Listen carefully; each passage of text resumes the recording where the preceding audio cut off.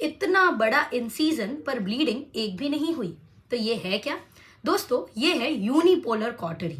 ये बहुत सारी सर्जरीज में यूज होता है और इसका बेसिक प्रिंसिपल ये होता है कि ये केवल टिश्यू को कट नहीं करती, उसे कोएगुलेट भी करती है, यानी ब्लड वेसल्स को कोएगुलेट करती है जिससे ब्लीडिंग ना हो। तो हम इसका फंक्शन बोल सकते हैं कट एंड कोएगुलेट।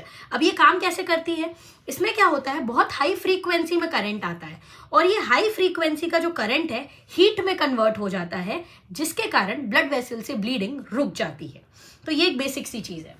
इसी का एक कंट्रास्ट चीज होती है जिसको हम लोग बाइपोलर कॉटरी बोलते हैं, जो ऐसी दिखती है। अब बाइपोलर कॉटरी में क्या होता है, दो एंड्स होते हैं, तो एक एंड से करंट जाता है और वापस से वो दूसरे एंड से जाता है और सर्किट कंप्लीट होता है।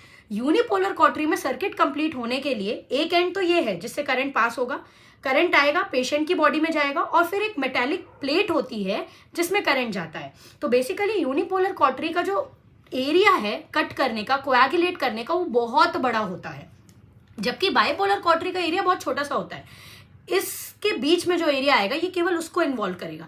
इसीलिए बाइपोलर कॉटरी जो होती है वो ब्रेन की सर्जरीज में और ईएनटी की सर्जरीज में यूज होती है, जबकि यूनिपोलर कॉटरी कोई बड़ी सर्जरी में या कोई ग्रॉस सर्जरी करनी है तो उसके लिए यूज होती है। तो जब भी अगली बार अब आप ऐसा कोई डाइसेक्शन देखो या इंसीजन देखो जिसमें ब्लीडिंग नहीं हो रही है, that's not a magic, that is actually a physics where high frequency is being converted into the heat energy, जो कि ब्लड वेसल्स को कोएगुलेट कर देता है। Thank you.